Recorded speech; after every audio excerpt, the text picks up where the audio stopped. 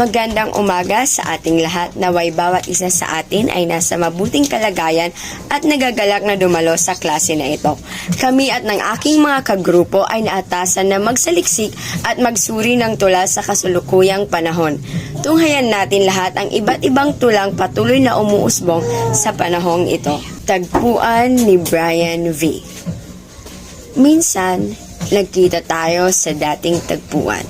Sa ilalim ng karagatan ng mga bituin, ramdam ng damo sa ating likuran at ng kumot ng ulap na sumasayaw sa hangin, ang pulso ng damdamin. Mga kwentong gustong kumawala sa mga pusong matagal na nilang gustong lisanin. Nung gabing yon, walang kibo ang mga kuligling. Tumigil sa pagkumpas ang mga sanga. Pinatahimik ko ang buong kalawakan para makinig sa'yo at noon, nakilala kita. Kwento mo sa akin ang mga sekreto ng iyong nakaraan. Sinagot ang mga paano, kailan, mga sino at saan ang mga pinakamasaya, pinakamalungkot mong karanasan. Hindi ko makakalimutan ang gabing yon nang pinatong mo ang iyong daliri sa mga labi mong nagkukulay o binasalamin. At sa sandaling bumukas ang iyong bibig, nagmistulang entablado ang inihigaang sahig noong nagsimula kang umawit. Pinakinggan ko ang tugtog, tugtog, tugtog. Ang tibok ng puso mo sa ilalim ng tinig mong binabaybay ang mga salita at tono ng kantang pamilyar na sinulat nating dalawa. Pinakinggan ko ang bawat salita, ang bawat paghinga, ang bawat pagtaas at pagbaba. Pinakinggan kita sa bawat pagbulong at pagsigaw. Sinabayan ka ng ingay ng mundo, pero ang pinakinggan ko'y ikaw. Dahil alam ko nung gabing yon, ang kailangan mo ay hindi mga pangako, hindi mga regalo, hindi mo kailangan ng mga puring mapagpalalo, hindi mo kailangan ng mga rosas na galing sa bibig o mga salitang nakakakilig. Alam ko ang kailangan mo ay mga tengang makikinig. Kaya't nakinig ako. Habang kinikwento mo yung tungkol sa paborito mong laruan nung bata ka pa, yung isang beses na naiyak ka sa singing contest dahil sa kaba. Yung tungkol sa unang lalaking nagpatibok ng puso mo, nakinig ako sa'yo. Nakinig ako sa'yo dahil mahal kita. Kung hindi mo iyon narinig nung unang beses akong nagpakilala sa'yo, inuulit ko sa'yo ngayon. At hindi ito yung mahal kita na naririnig mo sa mundo. Ito yung mahal kita na pinakatotoo. Ang mahal kita na makikinig sa'yo. Kaya't ikwento mo sa akin ngayon kung paano mo natuklasan ang pag-ibig at ikikwento ko sa'yo kung paano ko to nilikha. Ikwento mo sa akin kung paano kanila sinaktan at ikikwento ko sa'yo kung paano nila ako pinahiya, kung paano nila ako binugbog, kung paano nila ako pinako, at kung paano ako pumayag alang-alang sa pangako. Paalala mo sa akin kung ilang beses ka nang naligaw at ipapakita ko sa'yo kung ilang beses kitang hinanap. Paalala mo sa akin kung ilang beses kang nabigo at ipapaalala ko sa'yo kung ilang beses kitang niyakap. Pakita mo na handa ka nang magtiwala, na handa ka nang magmahal at ipapakita ko sa'yo kung paano magdasal. Huwag kang matakot magkwento. Makikinig ako sa'yo. Naiintindihan kita dahil alam ko rin ang pakiramdam ng hindi pakinggan. Minsan, nagkita tayo sa dating tagpuan. Sa ilalim ng karagatan ng mga bituin, ramdam ng damo sa iyong likuran at ng kumot ng ulap na sumasayaw sa hangin, ang pulso ng damdamin. Mga kwentong gustong kumawala sa pusong matagal na nilang gustong lisanin. Pero nung gabing yon, galit na galit ang mga kuligling. Walang tigil sa pagkumpas ang mga sanga. Nag-iingay ang mundo at ang kalawakan para sa'yo. At noon, niyakap kita. Pero hindi na ako naramdaman ng manhid mong katawan. Sinabi ko sa'yo na mahal kita, pero hindi mo ako pinakinggan. Ang pinakinggan mo ay ang mundo na nagsasabing handa ka nagmagmahal kung handa kang masaktan. Pero lagi mong tatandaan na hindi lahat ng sugatan ay tama ang pinaglalaban. Ngayon, may nangyayaring revolusyon sa puso mo. Kwento mo sa akin at makikinig ako. Ngayon naman ay tumungo na tayo sa pagsusuri ng tula. Una ay ang kahulugan ng pamagat. Ang pamagat ay nangangahulugang lugar kung saan ang persona ng tula at ang kanyang iniibig ay madalas magkita. Ito ay tinatawag na tagpuan. Kung sa unang panahon kapag sinabing tagpuan ay sikretong lugar na kayo lamang ang nakakaalam. Katulad na lamang sa tulang ito, ang tagpuan ay tumutukoy hindi lamang sa lugar kung hindi pati sa damdamin na kanilang pinagsaluhan, sa mga alaalang gusto nilang balikan at sa sakit na naidulot nila sa isa't isa. Pangalawa ay ang talambuhay ng may akda.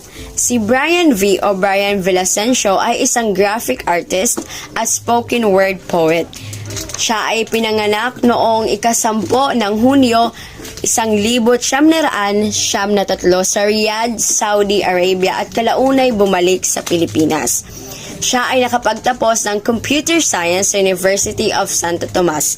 Kilala siya bilang tagasulat ng tula at spoken poetry na pawang ang tema ay tungkol sa pagmamahal ng Diyos sa sangkatauhan at inilalahat ito tuwing may malaking kaganapan sa kanilang simbahan. Ang kayarian naman o istruktura ng tula, sukat, ito ay walang tiyak na sukat. Saknong, ang tula ay may 11 saknong. Taludtod, may malayang taludturan. Tumungo naman tayo sa teoryang panitikan na ginamit sa ating sinusuring tula. Ang teoryang pampanitikan ay ang teoryang romantisismo at teoryang existentialismo. Inihango ang tulang tagpuan sa teoryang romantisismo, yamang ang teoryang romantisismo ay tumutukoy sa pamamayani ng emosyon. Sa tulang ito ay binahagi ng persona na ang kanyang iniibig ay dating may tiwala sa kanya sa pamamagitan ng paglalahad ng mga kapighatian nito sa kanya na siyang tumutukoy sa espiritual na aspeto ng buhay sapagkat ang tagapagsalaysay o unang taong pananaw ng tula ay ang Diyos mismo. Maliban sa hango ang tula sa teoryang romantisismo, hindi rin maipagkakaila na ang tula ay kinuha rin sa teoryang existentialismo sapagkat ang tula ay nagpapakita ng pananaw na ang tao ay tunay ngang malaya at responsable sa anumang pasyang gagawin. Katulad na lamang sa tula, inilahad ng tagapagsalaysay na kahit gaano man niya kamahal ang tao, naghihintay pa rin siya na ang tao mismo ang lumapit sa kanya. Sa oras na lumapit ang kanyang iniibig, ay tatanggapin niya ito ng walang kahit anong duda o kahit kaunting pagsariwa sa mga malinitong nagawa noong una. Panglima, taglay na kaisipan ng tula. Una, ang taglay na kaisipan ng tula ay tumutukoy sa pagmamahal ng Diyos sa tao. Kung gaano siya nakikinig sa ating mga paghihirap, kung paano siya namatay upang tayo ay maligtas at matubos sa ating kasalanan. Pangalawa, pagpapakita kung gaano binabaliwala ng tao ang Diyos kung nasa gitna ng kaligayahan at lalapit lamang kung nagdaranas na ng kapighatian. Pangatlo ay ang pagpapakita na kahit gaano tayo kamahal ng Diyos at kung gaano niya kagusto na nasa kanyang piling ang lahat ng tao, binigyan niya pa rin tayo ng kalayaan na gawin ang ating nais, ngunit kung pipiliin natin siya ay handa siyang tanggapin at pakinggan tayo sa kabila ng ating pagkukulang. Naman tayo ngayon sa talinghaga o tayutay na ginamit sa tula. Una ay simile o pagtutulad. Ito ay tumutukoy sa pagtutulad katulad na lamang sa ating tula at sa sandaling bumukas ang iyong bibig, nagmistulang entablado ang hinihigaang sahig. Nagmistulang entablado ang hinihigaang sahig. Ang entablado ay itinulad sa hinihigaang sahig. Pangalawa, exaggerasyon o hyperbole. Sa ilalim ng karagatan ng mga bituin, pinatahimik ko ang buong kalawakan para makinig sa'yo. Mga rosas galing sa bibig. Alam naman natin na hindi mangyayari ang mayroong bituin sa ilalim ng ating karagatan at malabong mapatahimik ang buong kalawakan para sa atin sapagkat hindi natin kontrol ang mga nangyayari. Ngunit dito sa tulang ito ay ang persona ay ang Diyos mismo kaya't walang imposible sa Kanya. Pangatlo naman, mga rosas galing sa bibig. Hindi naman ang rosas ay nagmumula sa ating bibig sapagkat salita ang lumalabas sa ating bibig. O di kaya'y pagkain kung tayo ay nasusuka. Ngunit hindi pa tayo sumuka ng rosas. Ibig sabihin ng rosas ay ang mga magagandang salita na lumalabas sa ating bibig. Pangatlo ay ang pagtatao o personifikasyon. Ramdam ng damo. Ang damo po ay walang pakiramdam, ngunit ang pagtatao ay tumutukoy sa isang bagay na binibigyang asal o Pangatlo naman ay tumutukoy sa pagsasatao o pagtatao personifikasyon. Ang pagtatao po ay pagbibigay ng buhay sa isang bagay lamang. Kumbaga nagtataglay siya ng karakteristik ng isang tao upang mabigyang buhay ang isang bagay. Katulad sa ating example, ramdam ng damo. Ang damo po ay hindi nakakaramdam ng kahit anong sakit o saya sapagkat sila naman ay walang isip at hindi tao. Nag-iingay ang buong kalawakan. Maingay nga ang kalawakan, ngunit tayo ang gumagawa ng ingay at hindi ang kalawakan mismo. Iyon ay pagsasatao rin. Kumot ng ulap na sumasayaw sa hangin. Unang-una, ang ulap po ay walang kumot at hindi sumasayaw. Iyon po ay ginagawa ng tao lamang.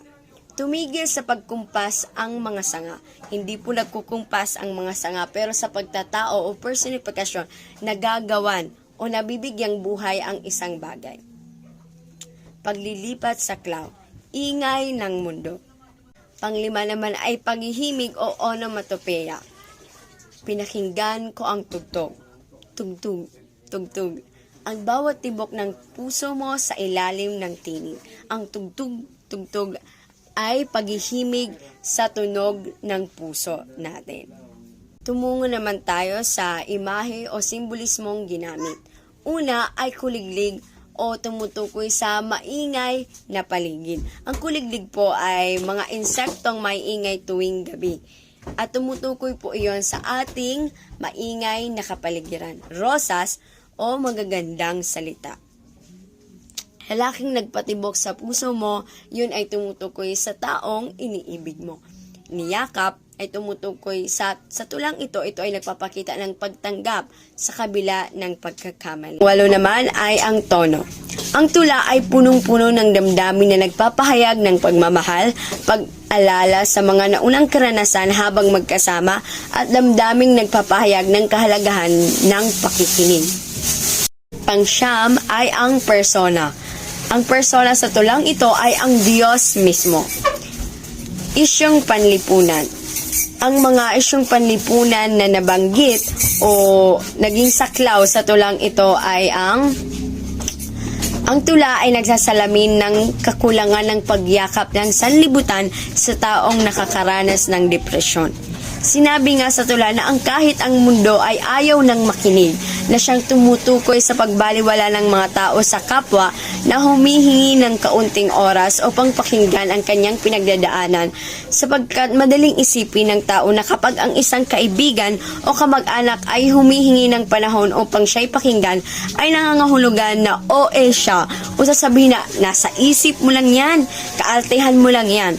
Tunay ngang hindi natin kontrol ang iniisip ng tao kaya dapat nating ipagpasalamat na mayroon tayong Diyos na kinikilala na siyang handang makinig sa atin. Sa tulang ito, hinihikayat ang bawat isa na kung mayroon man taong lalapit sa atin at maglalahad ng kanilang kabigatang dinadala ay pakinggan natin sila. Wala man tayong direktang maibibigay upang masolusyonan ang kanilang problema, ang simpleng pakikinig ay nagpapakita na sila ay mahalaga sa atin at mararamdaman nila iyon. Sa ganitong paraan, may iwasan ang kanilang pagpapatiwakal o tuluyang mabaliw dahil sa ating simpleng kabutihan na ipinakita sa kanila. Isa pang isyong panlipunan ang ipinapakita sa tulang ito. Ito ay ang kakulangan ng pananampalataya ng tao sa Diyos kung saan ang daling makalimot kung nasa gitna na ng kaginhawaan, ngunit siyang paglapit o pagtawag lamang sa may kapal kung nasa bingit na ng kahirapan o kamatayan. Kailangan nating mapagtanto na kahit sa tugatog na tayo ng tagumpay, ay wag na wag nating kakalimutang magpasalamat sa Diyos sapagkat ang lahat ay nagmumula sa Kanya. Huwag nating aakalain na ang lahat ng ito ay bunga ng ating pagtsatsaga at isiping hindi na natin kailangan ang Diyos. Tandaan na ang lahat ng ito ay ipinahiram lamang sa atin ng Panginoon at maaari niyang bawiin kailanman niya gusto. Sabi pa nga sa tula, bumalik sa dating tagpuan. Magbalik loob tayo sa Panginoon, alalahanin ang Kanyang katapatan sa ating buhay at panumbalikin natin ang ating pagtitiwala sa Kanya sapagkat naghihintay siya. Yun lamang po at maraming salamat. Isang mapagpalang araw sa ating lahat. Ako nga po pala si Ana Say Perez Imberso, isa sa mga mag-uulat sa panahon ng kasulukuyan. Ang aking susuriing tula o spoken poetry na isinulat ni Janver Herrera, ito ay pinamagatang Ulila. Nasabi mo na ba sa sarili mo na mapalad ka? Naisip mo ba kung gaano ka kaswerte at kahalaga? Ang buhay mo ay di kayang tapatan ng anumang halaga dahil sa magulang mo na wagas magpahalaga. Ikaw, sarili mo ba binibigyan mong halaga? O kulang na lang tapusin ang buhay upang hindi na masilayan ng umaga? Kaunting pagsubok, kaunting problema, paulit-ulit mong dinadama. Mapalad ka kasi meron kang ama't ina, samantala yung iba namumuhay lang na mag-isa. Alam mo ba yung hirap na walang magulang? Samantalang ikaw, binabastos mo lang at hindi ginagalang. Mapalad ka kasi meron kang sila. Di mo danas ang panlalait ng iba, yung ipapamukha sa iyong isa kang ulila. Parang bagyong hindi mo alam kung kailan titila. Mapalad ka kasi kompleto ka. Yung iba, pinapangarap lang na sana buo rin sila. Na sana hindi nila ramdam ang mag-isa. Na may magulang sila na gumagabay rin sa kanila. Yung magpapayo at magsasabing, anak, nasa tamang landas ka. Kaso mapaglaro ang mundo, hindi sila nagbigyan kagaya mo. Lahat ng hirap at sakripisyo'y pinasan ng mga ito. Pero tignan mo, matatag pa rin sila't naririto. Pinapatunayan na kahit parang mayroong kulang, pinipilit at nagpapatuloy na lumaban, kahit ulila na sa magulang. Kaya sana, ikaw na may tinatawag pang ama't ina, iparamdam mo ang pagmamahal habang sila'y nabubuhay pa. Dahil ang kamay ng orasan ay patuloy sa pag-ikot, pinapaliit ang oras patungo sa pangyayaring nakakatakot, ang ihatid sa hangtungang makipot. Matapos nating basahin ang tula o spoken poetry na isinulat ni Janver Herrera, ngayon ay tumungo naman tayo sa pagsusuri ng tulang ito o spoken poetry. Ngayon ay humango naman tayo sa kahulugan ng pamagat. Tumutukoy ito sa malalim na pinaghuhugutan ng masidhing pinagdadaanan sa buhay. Kung gaano kahirap ang maging ulila, ano ang nararanasan ng maging isang ulila. Sa pamagat pa lamang ng tulang ito o spoken poetry ay masasabing naman talaga natin na may pinagdadaanan sa buhay kung ano ang nararanasan ng isang tao na maging isang ulila o walang magulang sa buhay. Sunod ay humango naman tayo sa talambuhay ng may akda. Si Janver Herrera ay isang naging estudyante ng nagpapakadalubhasa sa Filipino sa pamantasan ng Nueva Ecija University of Science and Technology. Si Janver ay naghahatid ng mga impormasyon patungkol sa asignaturang Filipino at ang mga nakapaloob sa asignaturang ito. Ngayon ay isa na siyang ganap na guro sa Toplink Global College. Ngayon ay humango naman tayo sa kayarian o istruktura ng tula o spoken poetry na isinulat ni Janver Herrera. Ang sukat nito ay walang sukat pero may tugma. Ang taludturan nito ay mayroong itong malayang taludturan. Ang saknong naman ay may malayang saknong ang bawat taludturan.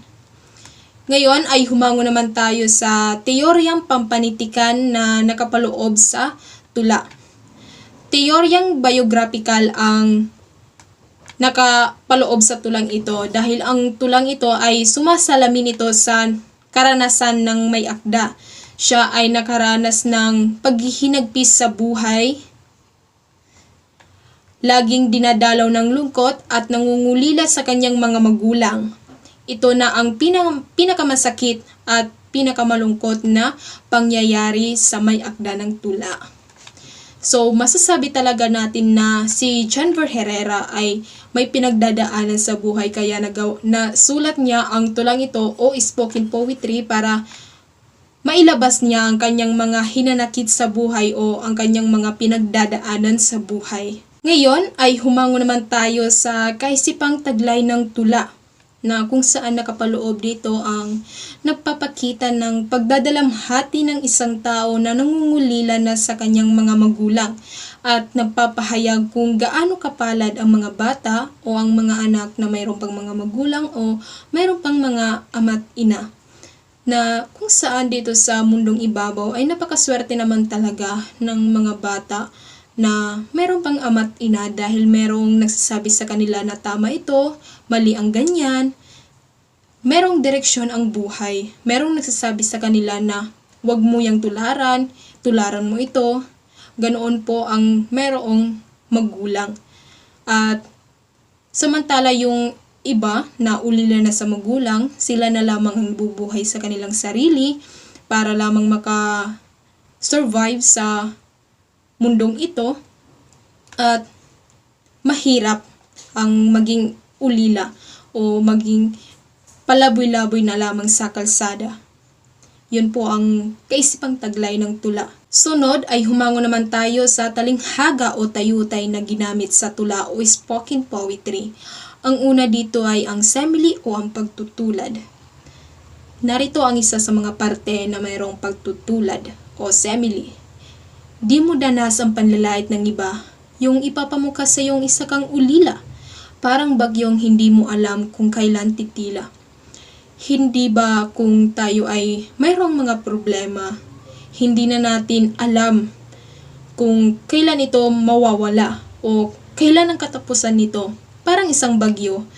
Kung nagkakaroon ng bagyo dito sa ating bansa, hindi natin alam kung kailan ito mawawala, parang walang katapusan o parang walang solusyon ang mga problemang dumarating sa ating buhay.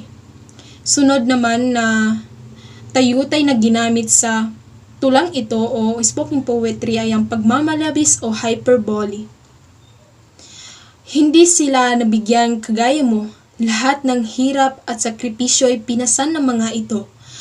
Sa parteng ito ay nagsasabi o napapakahulugan na lamang na parang pasan mo ang mundo.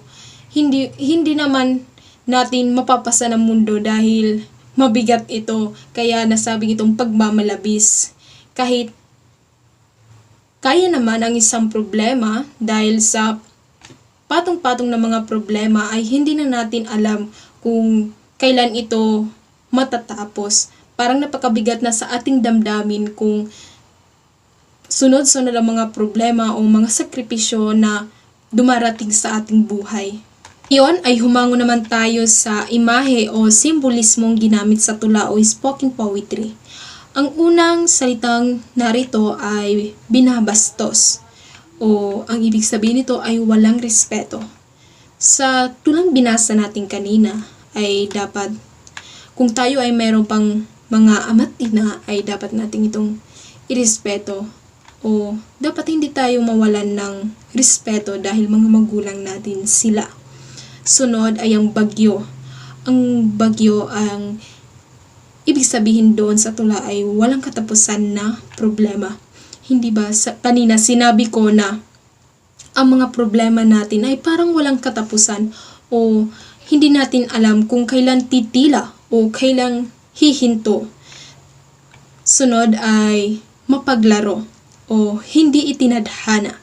Meron talagang mga pagkakataon na hindi tayo itinatadhana sa mga dapat para sa atin. Pero tayo ay magtiwala lamang dahil may mga tadhana talaga na para sa atin o nakalaan para sa atin. Kasunod ay ang makipot, na ang ibig sabihin ay libingan, na kung saan sa tulang binasa natin kanina ay dapat pahalagahan natin ang ating mga magulang dahil hindi sa lahat ng oras ay narito sila sa mundong ibabaw. Sila ay kukunin din ng Diyos sa atin at dapat tanggapin natin ito. So ang salitang makipot ay nagpapakahulugan ng libingan. Kasunod ay ang pinapaliit, na kung saan ang ibig sabihin nito ay unti-unting nauubos ang oras. Lahat naman tayo dito sa mundong ibabaw ay papaubos ang ating oras o papaliit ang ating oras dahil tayo ay may mga misyon dito sa mundong ibabaw. Kaya sa tulang binasa natin kanina ay dapat na sulitin natin o i-treasure natin ang ating mga magulang, ang ating mga ama't ina na narito pa sila sa mundong ibabaw. Sunod ay humango naman tayo sa tono ng tula o spoken poetry. Ang tono ay punong-puno ng dalamhati sa buhay, payo at mga karanasang hindi madaling tanggalin sa puso't isipan. Mapapansin talaga sa pamagat pa lamang ng tulang ito ay punong-puno na ng pagdadalamhati sa buhay, na puno ito ng puot o mga paghihinagpis sa buhay. Kaya sana tayong mga anak na mayroon pang mga magulang o mayroong mga ama't ina ay dapat natin itong i-treasure or parati natin silang papasayahin o bibigyan ng mga masasayang alaala na narito pa sila sa mundong ibabaw. At meron din doong mga payo na dapat ay maging masaya tayo kahit na wala na tayong mga magulang sa buhay o nagiging ulila sa buhay. Magpatuloy pa rin na lumaban sa buhay dahil habang may buhay, may pag-asa. Sunod ay humango naman tayo sa persona ng tula o spoken poetry. So, ang taong nagpapayo na mahalin ang mga magulang sapagkat isa siyang ulila. Si John Herrera ay sinulat niya ang tulang ito dahil nagsasabi siya ng kanyang nararamdaman o ang kanyang mga naranasan ng pagiging isang ulila o maging isang anak na walang mga magulang, walang ama't ina. Na kung saan ay napapayo siya na dapat mahalin natin ang ating mga ama't ina, na dapat respetuhin natin sila at igalang ng husto. Dahil alam niya ang pakiramdam ng walang mga magulang sa buhay, na siya lang ang nabubuhay sa kanyang sarili para lamang makasurvive dito sa mundo. Sunod ay humango naman tayo sa isyung panlipunan. Mga batang ulila na pakalat-kalat sa kalye, malaking kaso ng maagang pagbubuntis, pagkalulong sa nakakalasing na inumin, sigarilyo at droga ng mga kabataan dahil sa kakulangan ng paggabay mula sa mga magulang. Batid naman natin na ang mga nabanggit ko na mga isyung panlipunan sa panahon ngayon ay umiiral pa rin ang mga ito. Ang teenage pregnancy, isa na rin dito dahil kawalan ito ng mga payo ng mga magulang. Unang kukulang dito ang mga magulang sa payo sa kanilang mga anak, na dapat hindi nila gawin ang mga ito. Dapat na sinusubaybayan ang mga anak para hindi ito mawala sa landas o hindi maging barkadista.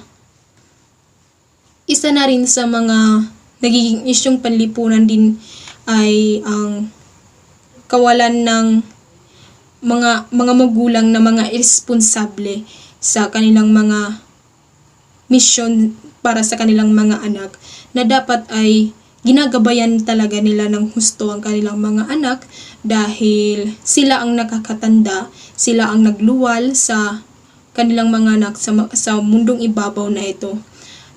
Sabi pa nga ng nanay ko na papunta ka pa lang, pabalik na ako, na ibig sabihin ay dapat na ang mga magulang talaga ang magpapayo dahil sila ang nakakatanda, sila ang mas may alam sa buhay at kung ano ang gagawin, kung anong gagawin na tama at kung ano ang ipapangaral sa mga anak kung ito ba ay tama o ito ba ay mali. Doon lang po nagtatapos ang aking pagsusuri patungkol sa tula o spoken poetry na isinulat ni John Ver Herrera na pinamagatang Ulila.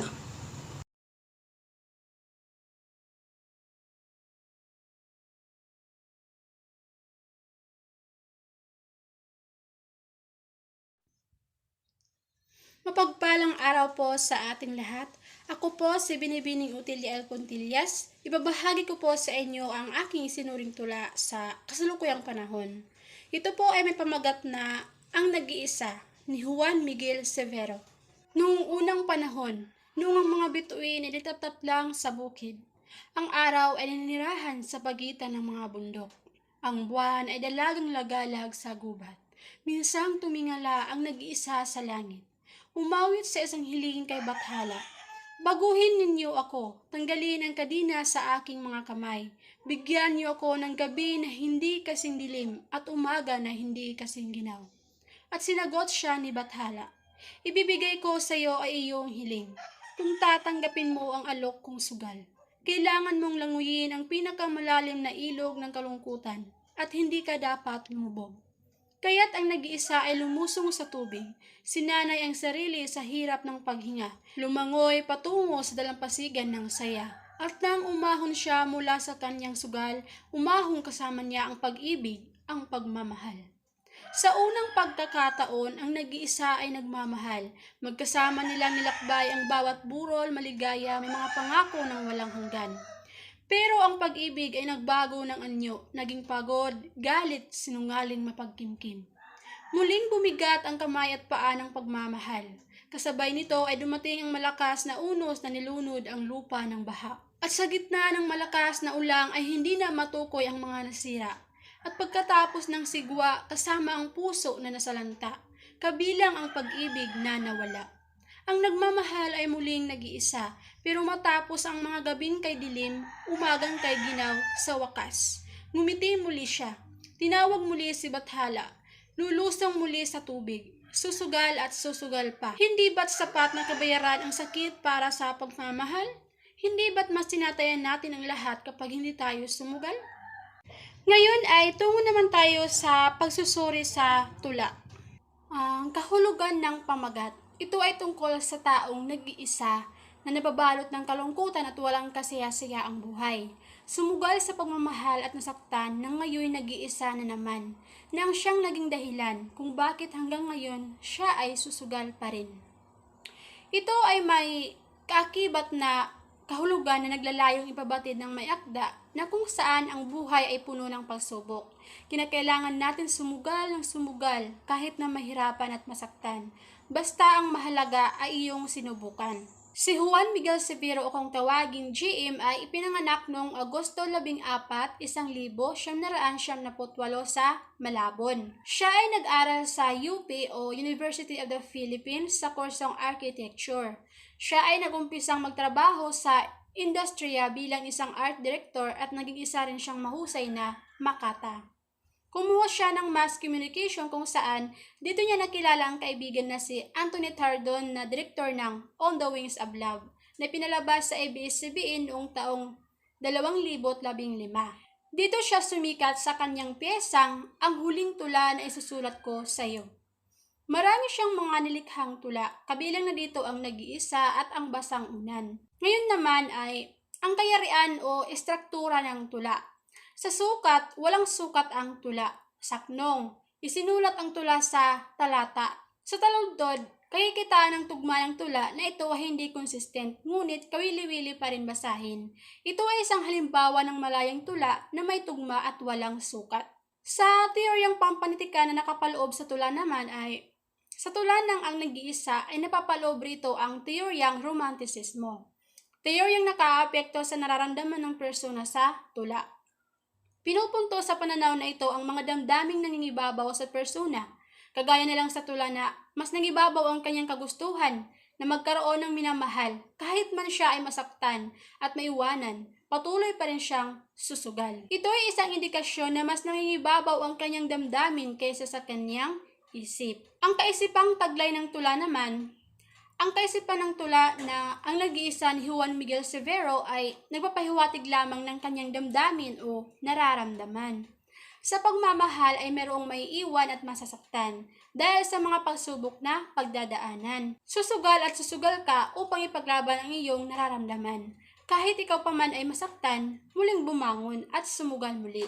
Ang mga talinghaga o tayutay na ginamit naman sa tulang ito, sa pagwawangis, ang mga bituin ay litatap lang sa bukid. Ang bituin ay tuwiran niyang inihambing sa litaptap sa bukid.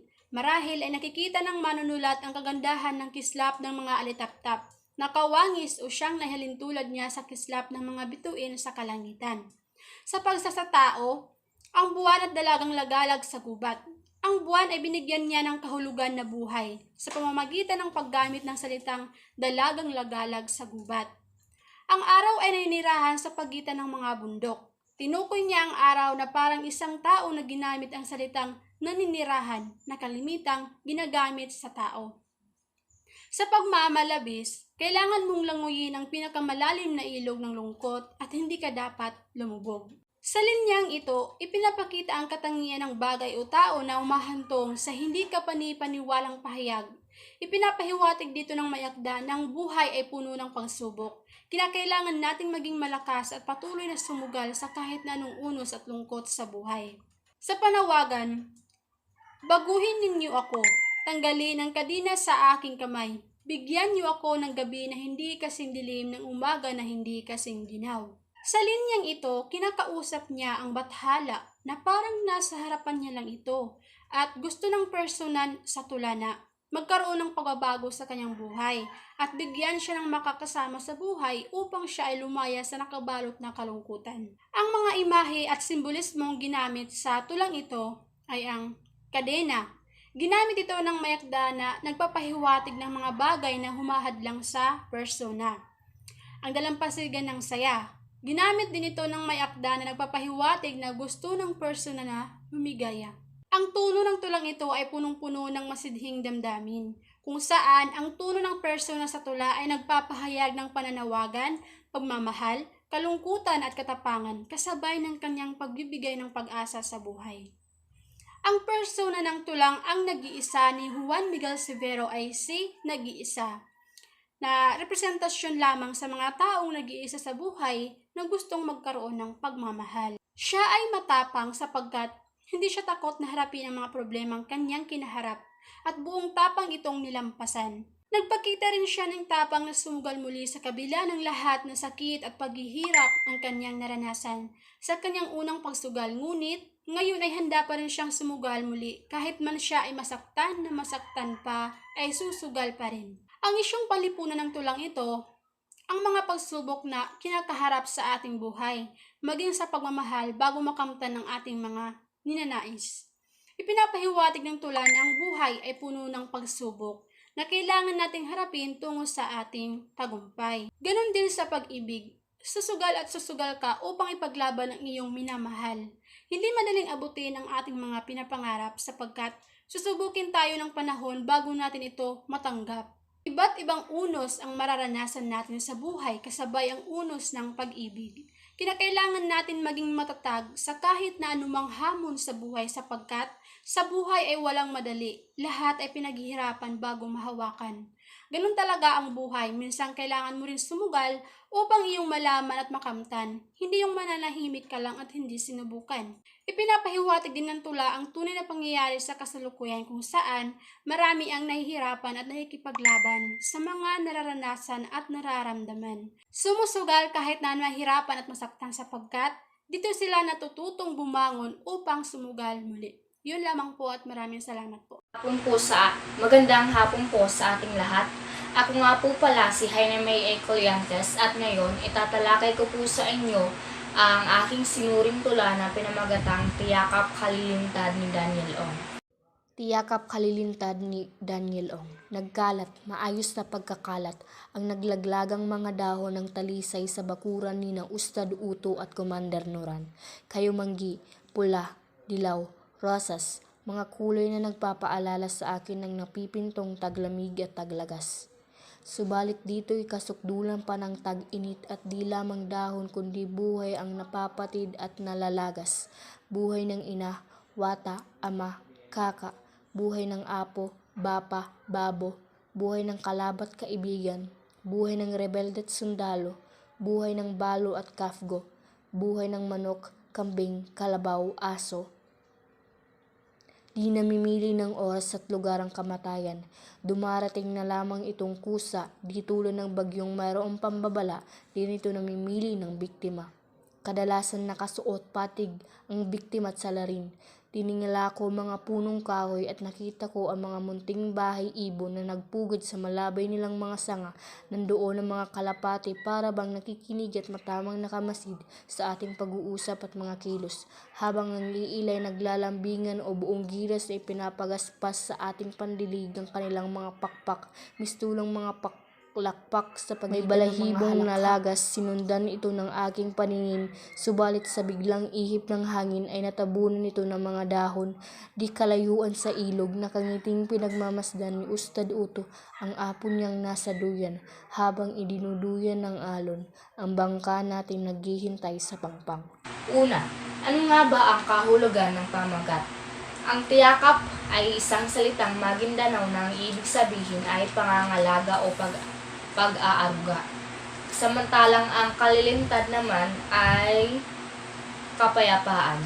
Sa lalawigan ng Maguindanao, ang Tiyakap Kalilintad ay isang samahan ng community peace volunteers na tumutulong sa pagsubaybay sa mga paglabag sa karapatang pantao, sa tigil putukan, at sa pagpapalaganap ng mapayapang pagsasaayos ng mga gusot hidwaan ng pamayanan.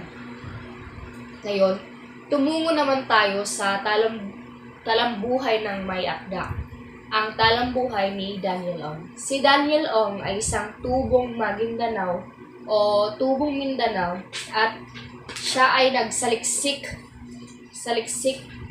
sa mga lokal na kapasidad para sa kapayapaan pagkatapos ng all-out war ni dating Pangulong Estrada laban sa MILF noong 2000. Dati siyang nagtatrabaho sa Cotabato-based Kadtuntaya Foundation or Corporation or KFI. Mula 20,600 hanggang 20,900 bilang seconded personnel ng EED or Church Development Service.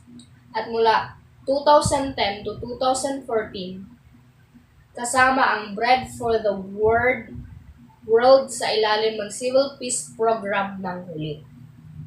Ngayon, tumungo naman tayo sa kayarian or estruktura ng tula.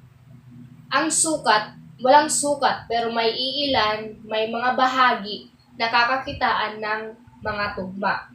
May malayang taludturan din at may malayang saknong ang bawat taludturan. Ngayon, tumungo naman tayo sa mga teoryang pampanitikan na nakapaloob sa tula. Ang mga teoryang nakapaloob sa tulang ito ay ang teoryang sociological at teoryang realismo. Sa teoryang sociological, ipinahihiwatig ng may akda ang mga mapait na pangyayaring naganap sa kanilang lipunan ang Maguindanao. Ang laganap na karahasan at mga inosenteng tao na mayapa dahil sa di matapos-tapos na digmaan sa lugar. At sa teoryang realismo naman, ang tulang ito ay hango sa totoong nangyari sa Maguindanao.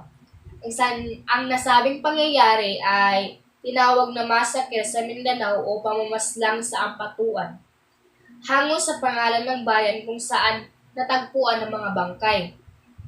Tapos, ang insidente daw na ito ng pamamaslang ay naganap sa bayan ng Ampatuan sa lalawigan sa Maguindanao sa pulo ng Mindanao noong 29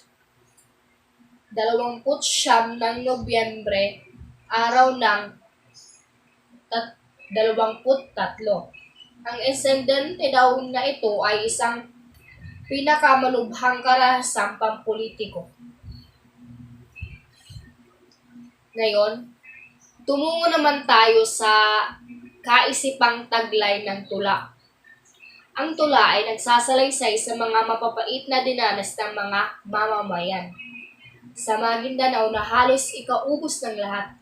Ito ay nagpapakita ng paghihirap, pagdurusa, kahirapan, dalumhati at takot ng mga biktima at naging saksi ng mga pangyayari. Dumako naman tayo sa talinghaga o mga tayutay na ginamit sa tula. Una, pagtutulad o simile. Di namimili ng oras at lugar ang kamatayan. Dumarating na lamang itong kusa, di tulad ng bagyong mayroong pambabala, di rin ito namimili ng biktima. Sa pahayag, pinaghambing ang kamatayan at bagyo. Ang kamatayan ay walang pinipiling oras at lugar. Kung panahon mo na, wala kang magagawa. Pero ang bagyo, bago ito dumating, may mga paalala o mga babala muna sa mga radyo at telebisyon upang makapaghanda ang lahat. Ang ikadalawang tayutay na ginamit ay paglumanay or euphemism sa wikang Ingles. Di lamang dahon, kundi buhay ang napapatid at naglalagas. Ang salitang napapatid at naglalagas ay pinalit sa salitang pagtatapos at kamatayan. Ngayon, tumungo naman tayo sa imahe or simbolismong ginamit. Taglamig, na ang simbolismo ay hamon o paghihirap. Taglagas, na ang ibig sabihin ay kamatayan. Nakasuot patig na simbolismo ng mga sundalo or tulisan. Ngayon, dumako naman tayo sa tono or sa tono ng tula. Ang tono ay punong-puno ng takot at dalubhati na pansin na halos lahat na ibibigkas ng mga salita ay mararamdaman mo ang pagdurusa at kahirapan. Ngayon, dumako naman tayo sa persona ng tula, ang taong nagsasalita sa tula. Ang persona at ang may akda ay iisa.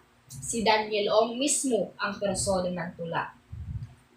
Ang tulang ito ang nagsisilbi niyang pagsasalaysay sa kanyang mga nasaksihan noong bumisita siya sa bayan ng Maguindanao kasama mga tiyakap kalilintan or mga Care for Peace organization. Tapos, dumako naman tayo sa panghuling pagsusuri. Ano ang mga isyong panlipunan na nakapaloob sa tula?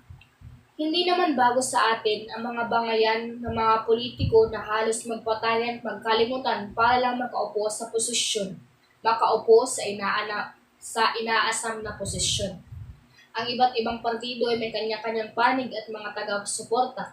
Sa bawat panig may mga pamilyang nasisira ng dahil sa iba ang pinaniniwalaan.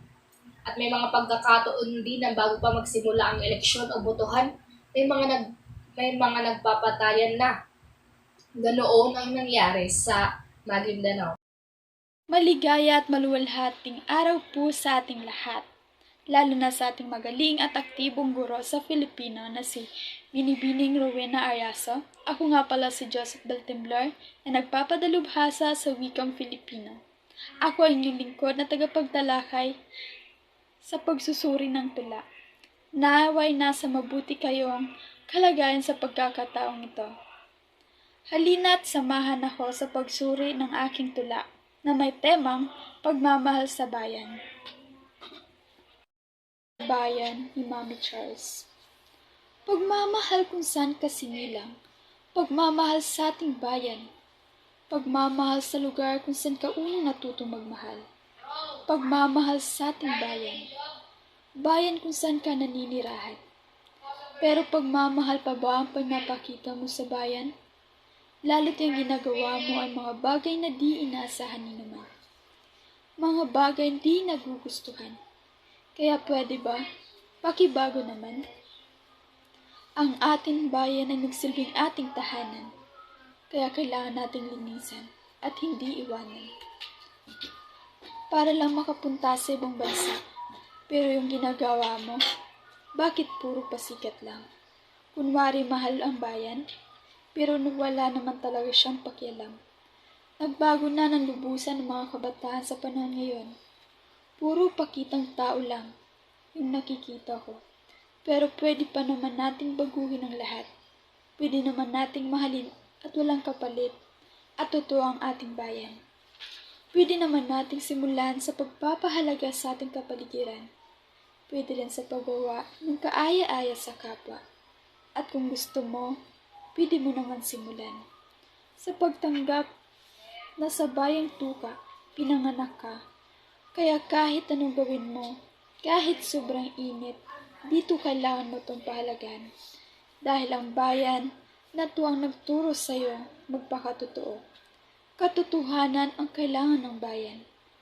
Pero higit nitong kailangan ay ang pagmamahal na tayo lamang ang nakakapagbigay.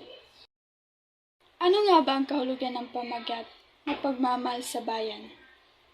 Ang pagmamahal sa bayan ay isang malaking tungkulin na dapat yung ng bawat Pinoy. At isa ka na rito. Ito'y dapat isa-isip at isa-puso nating lahat. Hindi natin ito dapat ikahiya at atin itong ipagmalaki.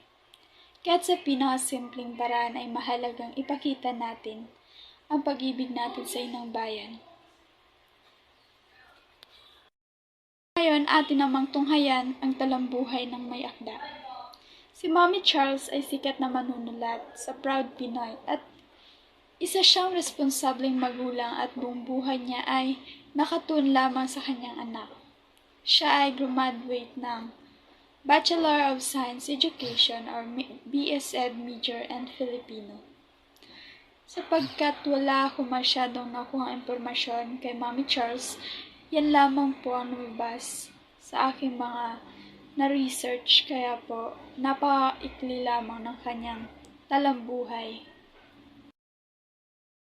Ngayon, dumako naman tayo sa kayarian at istruktura ng tula, kung saan may tatlong kayarian tayo. Ito ay ang sukat, taludturan at saknong. Sa tema ang pagmamahal sa bayan ay meron itong sukat at meron din itong tugma. May malayang taludturan at may malayang saknong ang bawat taludturan. No? Ngayon, dumako naman tayo sa teoryang pampanitikan na nakapalood sa tula na may temang pagmamahal sa bayan, kung saan may dalawang teoryang pampanitikan ang ginamit rito. Ito ay ang teoryang romantismo at teoryang feminism. Sa teoryang romantismo ay napagmalas ang romantismo ng pag-ibig sa kalikasan, pagmamahal sa kalayaan ay lupang sinilangan, paniniwala sa taglay sa kabutihan ng tao, paghahanga ng espiritualidad at hindi mga bagay na material, pagpapalaga sa dignidad, hindi sa mga karangyaan, at paimbabaw ng kasiyahan at kandaan. Samantalang sa teoryang feminism, ang layunin ng panatikan ay magpakilala ng mga kalakasan at kakayahang pambabae, at ingat ang pagtingin ng lipunan sa mga kababaihan. Madaling matukoy kung ang isang panitikan ay feminismo sapagkat babae o sa gisag ng babae ang pangunahing tauhan ay may payag ang mabuti at magandang katangian ng tauhan. Kung sa baga, ang ating unang pangunahing tauhan rito ay si Mommy Charles, kung saan ay pinapahalagan niya ang ating bayan. Ngayon, dumako naman tayo sa kaisipang taglay ng tula. Ang kaisipang taglay ng tula ay ang pagmamahal sa ating bayan, kung saan sa panahon ito ay nakikita ko hindi na pinapakita ng mga kabataan ng pagmamahal sa bayan, pati na rin sa mga nakakatanda. Sapagkat mayroong mga bagay o mga pangyayari sa bagong lipunan ngayon na hindi nila pinapahalagahan ng ating bayan.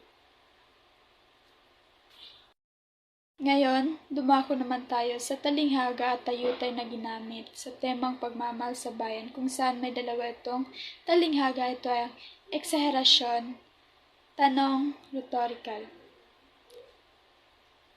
Sa eksaherasyon ang ating bayan na nagsilbing ating tahanan. Kaya kailangan nating linisin at hindi iwanan. Sapagkat nasasabi ito doon sa tula, sapagkat karamihan ng mga Filipino ay dumadayo sa ibang bansa upang doon magtrabaho at iwanan ang ating sariling bayan sa paghahanap ng malaking sweldo at iba pa. Sa tanong rhetorical, pero pagmamahal pa ba ang pinapakita mo sa bayan? Sa itong katanungan na ito, isang malaking tanong ngayon sa ating kinakaharap sapagkat merong mga bagong kabataan ngayon na hindi na ipinapakita ang pagmamahal sa ating bayan. Alam natin yon. Meron na akong mga nakakasalamuha or meron na akong mga nakikita na mga kabataan or mga nakakatanda na hindi na masyadong pinamahal ang sariling bayan. Sapagkat nag-aaral pa lamang sila ay iniisip na nila ano nga ba ang magiging dito sa Pinas. Kaya ang iba pumupunta sa ibang bansa upang doon magtrabaho upang mas malaki ang kita. At meron din namang iba na yung mga produkto, mas ginugusto pa nila yung mga produkto sa ibang bansa kaysa dito sa ating sariling bayan, dito sa Pinas. Bakit nga ba yun? Bakit nga ba nangyayari ang mga ganung bagay? Sapagkat mas sinasabi nila, mas maganda daw yung mga produkto doon kaysa sa Pinas. Dapat nga nating mas palaguhin ang mga produkto sa atin. Sapagkat ang ating bayan ay natatabunan na ng ibang bansa. Katulad na lang mga produkto, di ba? Lalo na ang Pilipinas ngayon ay kailangan natong ipaunlad. Dumako naman tayo sa tono ng tula kung saan may tema itong pagmamahal sa bayan. Walang mahalagang hindi nihandog na may pusong wagas sa bayan nagkupkop. Pag-ibig sa tinubuang lupa, ito isang tula. Tungkol sa paghimok ng pagmamahal sa sarili, sa kapwa, sa pamilya, kaibigan, at lalong-lalo na sa ating sariling bayan at bansa. Ngayon, dumako naman tayo sa persona ng tula. Ang persona ng tula ay isang taong mahal ang sariling bayan at gustong himukin at mahalin ang bayang sinilangan katulad ng kanyang ginagawa. Ngayon, dumako naman tayo sa isyong panlipunan. Ang una, ang hindi marunong lumingon sa kanilang pinanggalingan.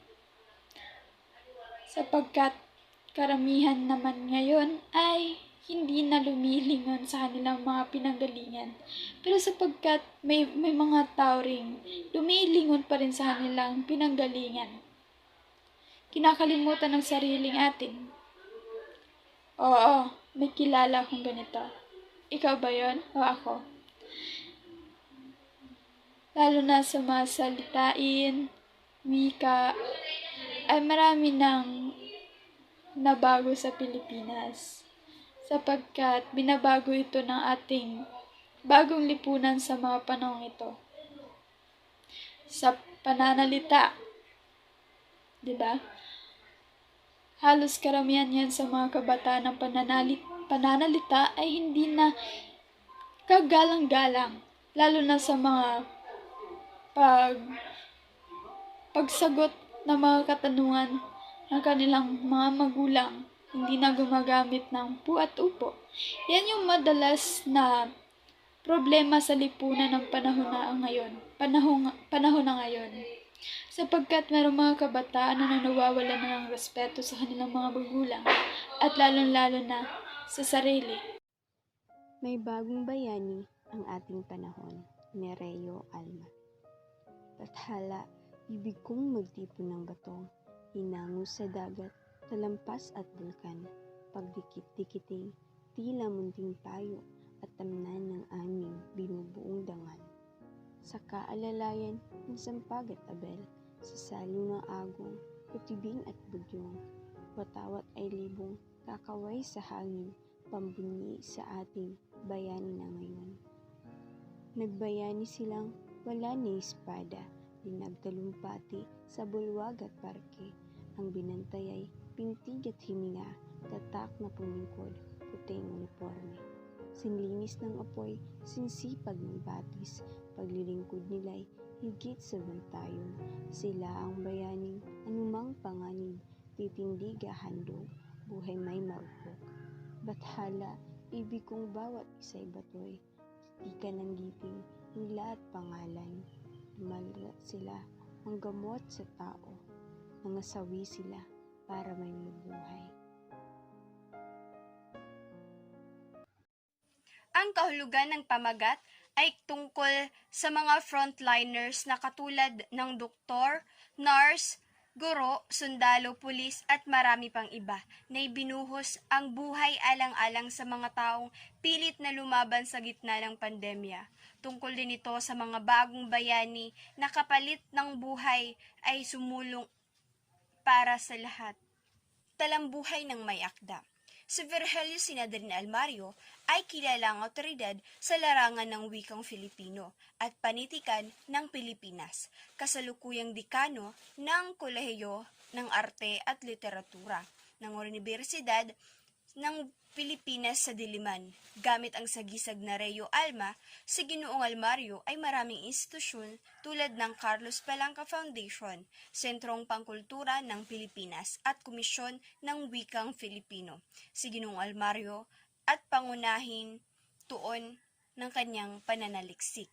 Ngayon naman ay tumulong tayo sa kayarian at struktura ng tula.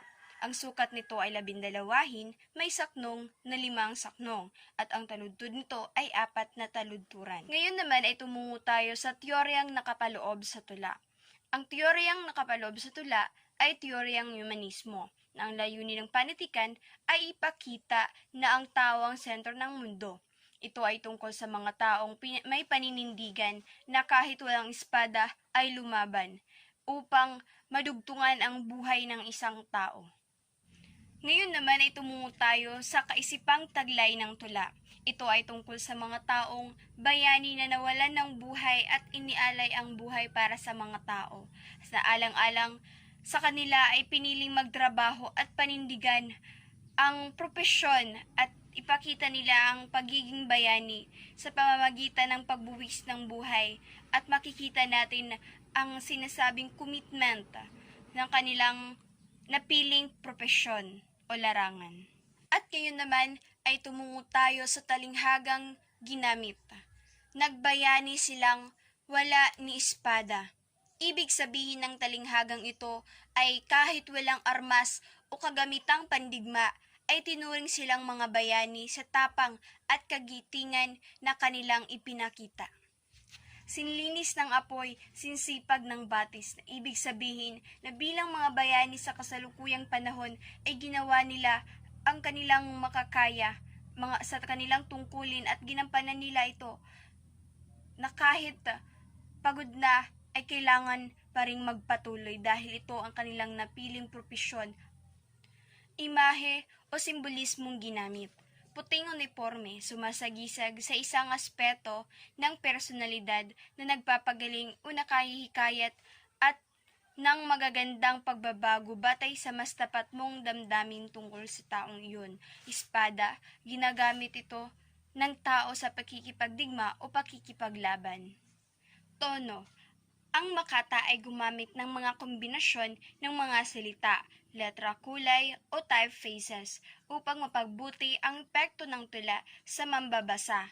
Ang tula ay punong-puno ng damdaming makatao at makabansa dahil sa ginawang pakikibaka dulot ng pandemya ng mga bayani sa kasalukuyan. Ngayon naman ay tumungo tayo sa persona.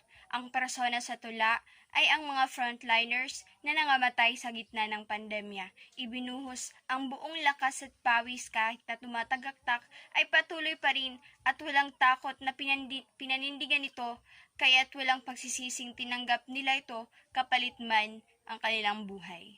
Ngayon naman ang panghuli ay ang mga isyong panlipunan. Kung ano ang ating piniling landas o propesyon ay maaaring doon din tayo masawi. Isa ito sa mga nakalulungkot isipin na sa kahit anong propesyon ng ating hawak ay hindi tayo nakasisigurado pagdating sa ating buhay.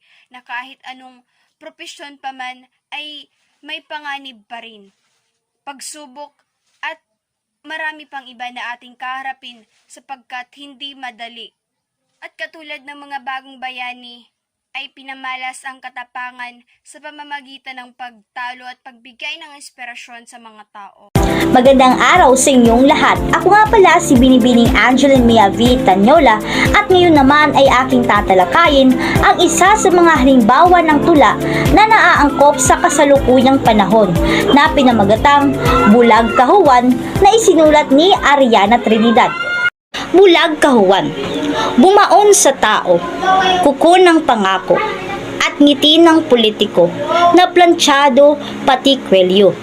Sa eleksyon lang nakita ang kumag na kongresista, pagkat nakatago sa lungga ng kanyang malamig na kuta. Tahimik sa buong taon, maingay sa eleksyon, parang nangahamon, wala kasing laman ng grapon. Ang bulsa ng pagkatao ng hayop sa kongreso ay nakadeposito sa bituka ng bangko. Inumit na salapi, walang makapagsabi, kahit napiping saksi, kalat-kalat kasi.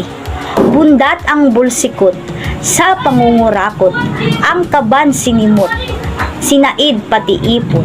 Tuso si Judas, planado ang lahat, walang mga pekas, kahit isang bakas. Ang hatol ay bulag, bingi ang katulad, kaya nakaligtas ang lider na huwad. Kailan itinigil ni Juan ang pakikipagbulahan sa binggo ng gahaman at ruleta ng kasakiman? Sa unang bahagi ng pagsusuri, ang kahulugan ng pamagat. Ang tula na pinamagatang Bulag Kahuwan ay may kaakibat na mensahe o kahulugan na naglalayon na ipabatid ng may akda na ang bawat tao ay may angking kalakasan na maaaring maging susi para sa kaayusan at kaunlaran ng ating bayan. Nasa ating mga kamay ang matagal na nating ninanais na lumaya mula sa magulo at masikip na karanasan. Ngunit, inilalahad ng may akda ang mapait na katotohanan na nangyayari sa kasalukuyan patungkol sa pagpili ng mga karapat-dapat na mamamahala sa ating bansa. Isa itong tula na kung saan hahamunin at mumulatin tayo sa tunay na mundo. Inilalarawan dito ang pighati at kirot na nararamdaman ng mga tao dahil sa kahirapan na nararanasan ng mamamayan mula noon at hanggang ngayon. Ang mga tao pa rin ay walang pagbabago sapagkat tuluyan pa rin nagbubulag-bulagan sa mga nangyayari sa ating kapaligiran. Batid naman ng lahat ang hirap na pinagdadaanan, ngunit mas pinipili pa rin maging mangmang at umakto na parang walang nalalaman o napapansin man lang. Yaong mga binuto natin upang pamunuan ng ating bansa, mga lider na pinagkatiwalaan nating tutulungan tayo sa pagbabago at pag-angat ng ating buhay, ngunit kabaliktaran pala ito sa ating kamalayan. Mga lider na isa sa ating mga inaasahan, ngunit ang di alam ng karamihan, sila mismo ang dahilan ng kahirapan. Kung tutuusin, ang salitang leader ay hindi lamang tungkol sa isang magandang posisyon, ngunit may kaakibat itong responsibilidad at paninindigan sa bayan. Sa madaling sabi, ang kabuuang tula ay tila na ipinapakita na ang mga politikong binuboto ng mga tao ay mapagkunwari at hindi kailanman dapat pagkatiwalaan. Dahil nga nasa realidad tayo ay hindi natin lubos mapagkakaila na marami pa rin sa ating mga kababayan ang naghihirap halos walang sapat na mapagkakakitaan. Hindi nakakakain ng 3 beses sa isang araw at wala man lang masyadong matirahan. Sa makatuwid, malungkot mang isipin pero ito ang katotohanan. Isang katotohanan na gumigimbal sa sitwasyon ng mga mamamayan dahil pa rin sa paulit-ulit na pinagdadaanan mula sa maling desisyon at padalos-dalos na hindi man lang pinagplanuhan. Pagkatapos ng butuhan ay parang isang iglap lang.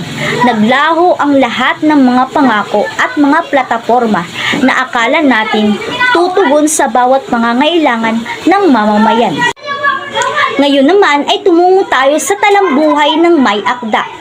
Sa katunayan na pag-alaman ko na walang kahit anong impormasyon ang nagpapakilala sa totoong identidad ni Ariana Trinidad. Marahil hindi man siya ganun kasikat o tanyag na manunulat sapagkat hindi niya kailanman nais na makilala ng mga tao.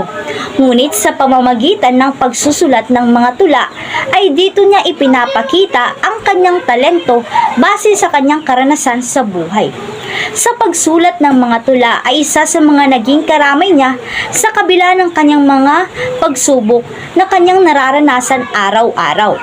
Sa pamamagitan ng kanyang mga tula ay tila bang nagkakaroon tayo ng ideya sa mga bagay-bagay na hindi natin lubos na maunawaan at ang bawat salitang kanyang binibitawan sa tula ay nagiiwan ng malaking marka sa lahat ng mambabasa.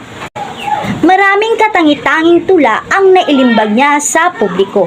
Hindi lang isa ang kanyang naisulat, kundi pinapaluban ito ng iba't ibang tema na hango sa totoong buhay. Katulad namang patungkol sa pagpapatibay ng ating pananampalataya na pinamagatang ang Diyos ang bahala.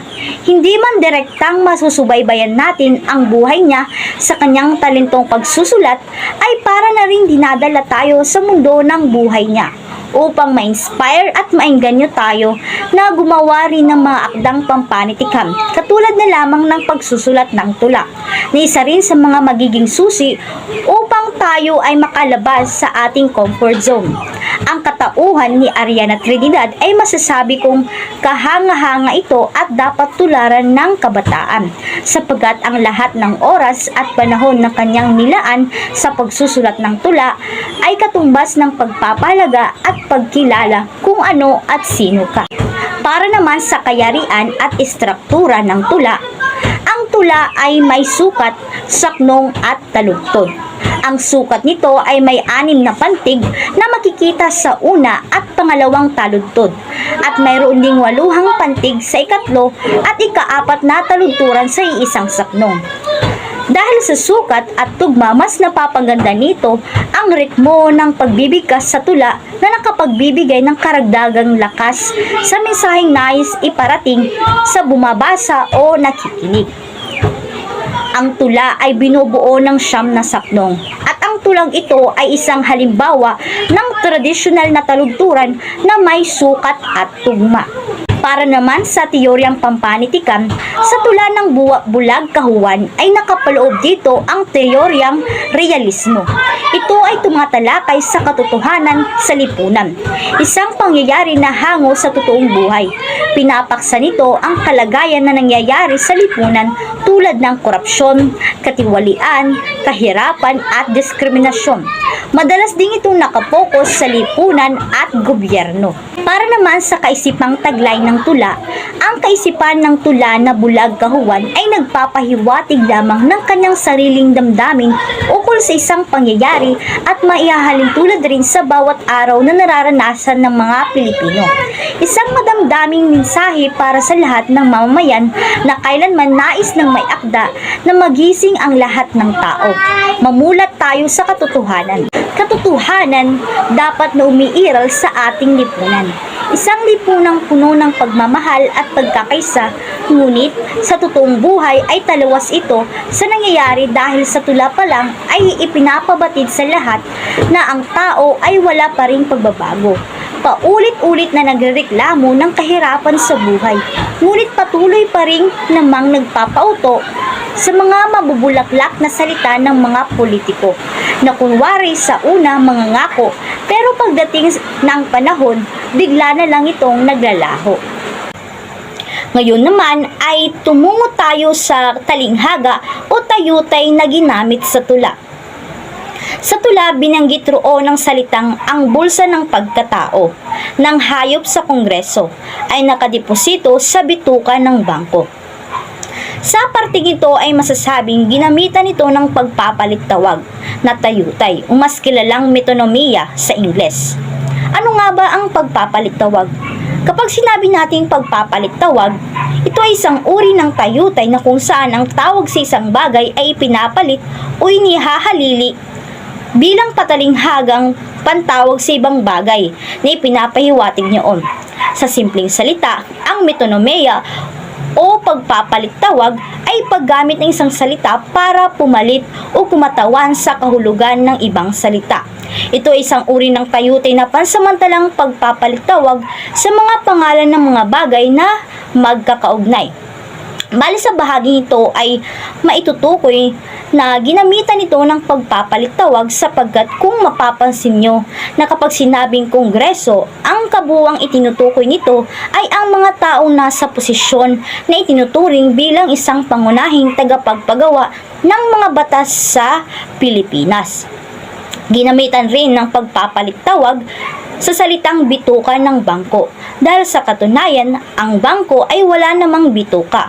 Ngunit alam natin na ang ibig sabihin nito ay ang pera ng bayan ay naiipon lamang sa bangko mula sa pagnanakaw ng mga politiko na kailanman hindi naman talaga mula sa kanilang pawis kundi mula sa pera ng bayan.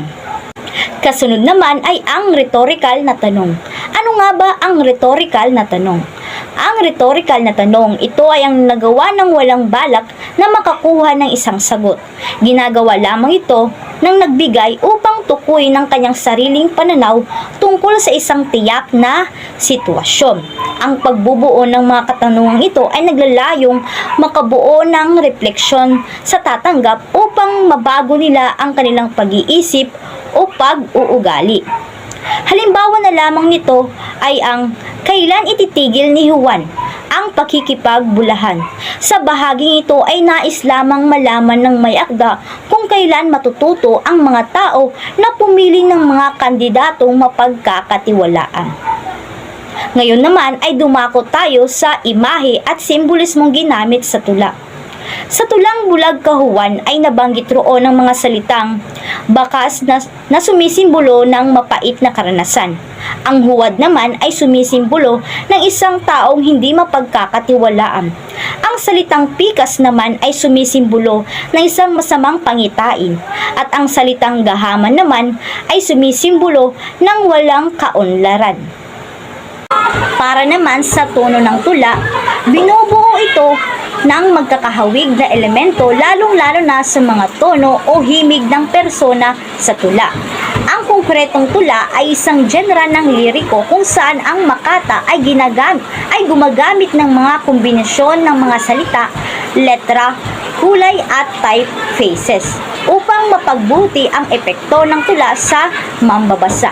Ang tula ay punong-puno ng damdaming makatao, kung saan ang tono ng persona sa tula ay nagpapahayag ng hinanakit, paninisi o panunumbat sa mga taong tiwali sa gobyerno.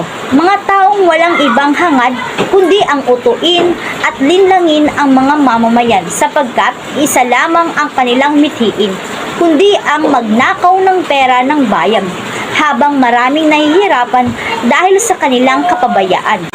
Para sa persona naman ng tula, sa klasikang tulang Bulag Kahuwan ni Ariana Trinidad, itinalakay ni Ariana Trinidad ang hinagpis at dalamhati ng kalagayan ng ating bansa sa kamay ng mga tiwaling nanunungkulan sa gobyerno. Isang tulang nais gisingin ang mga mambabasa. Ang persona ay isang Pilipinong ninanais na makalaya ang lahat ng Pilipino sa isang napakarikit na lagusan ng kaunlaran. Batid naman ng persona ang lahat nangyayari sa lipunan. Kung kaya't kalugod-lugod niya ang ipinapabatid sa lahat na tayo'y mamulat na sa katotohanan, gumising ng may tapang at paninindigan, at huwag matakot na ipaglaban ang ating karapatan. Huwag hayaang manaig ang kasamaan. Matutong imulat ang ating mga mata at piliin ang karapat-dapat na maihahalal sa posisyon na iisa lang ang mithiin, kundi ang magserbisyo ng tapat sa bayan. Para naman sa huling bahagi ng pagsusuri, ang mga isyong panlipunan. Sa tulang ito ay labis na makikita ang mga iba't ibang isyu na nakakaepekto sa ating lipunan. Katulad na lamang sa patuloy na pinaniniwalaan ng lahat na ang pinakasuliranin ng ating bansa ay ang kahirapan.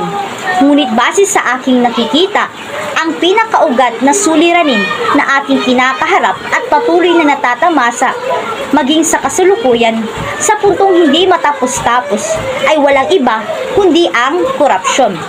Sa tulang ito ay ipinababatid na ang korupsyon ay kagagawan lamang ng mga tiwali sa gobyerno. Mga taong pinagkakatiwalaan natin na maglilingkod ng tapat sa ating bansa. Ngunit kabaliktaran naman pala ang kanilang pakay sa atin. Ang korupsyon ang nakikita kong problema sa nilalaman ng tula, sapagkat ang korupsyon ang isang sanhi ng paghihirap ng libu-libong tao dito sa Pilipinas. Kung susuriin natin ng mabuti ang kalagayan ng ating bansa, maraming mga tao pa rin ang nagugutom. Maraming nakikitang bata na palaboy-laboy sa lansangan. Mga taong walang matirahan ng maayos, maski sa pagtulog sa gabi ay nahihirapan dahil sa palipat-lipat ito ng matitirahan. Minsan makikita ito sa mga squatter area. Apektado ang lahat ng mamamayan dahil sa pagtaas ng mga presyo ng bilihin, mababang sahod at kakulangan sa trabaho na sanhi rin ng pagtaas ng bilang ng krimen at iba pa. Ngunit sa kabila ng maduming pamamahala ng ating gobyerno, ang tao ay hindi pa rin lubos na natututo. Ang mga tao ay madaling utuin, katulad na lamang sa pagbibigay ng pera o pagsuhol kapalit ng kanilang pananatili o pagkapanalo sa posisyon. Sa tulang ito ay pinapabatid din na huwag tayong umasa sa pagbabago mula sa ating mga opisyalis sa gobyerno, sapagkat para sa akin, ang tunay na pagbabago ay nagsisimula sa ating mga sarili. Ang pagbabago ay nagsisimula sa ating mga Pilipino. Kung kaya't bago nating naisin ang salitang pagbabago sa ating bansa, baguhin natin ang estilo ng ating pananaw sa pagpili ng mga kandidato. Tayong mga Pilipino ang tulay para sa pagbabago. Ibig sabihin, tayo ang gumagawa ng desisyon para sa ikauunlad ng ating bansa.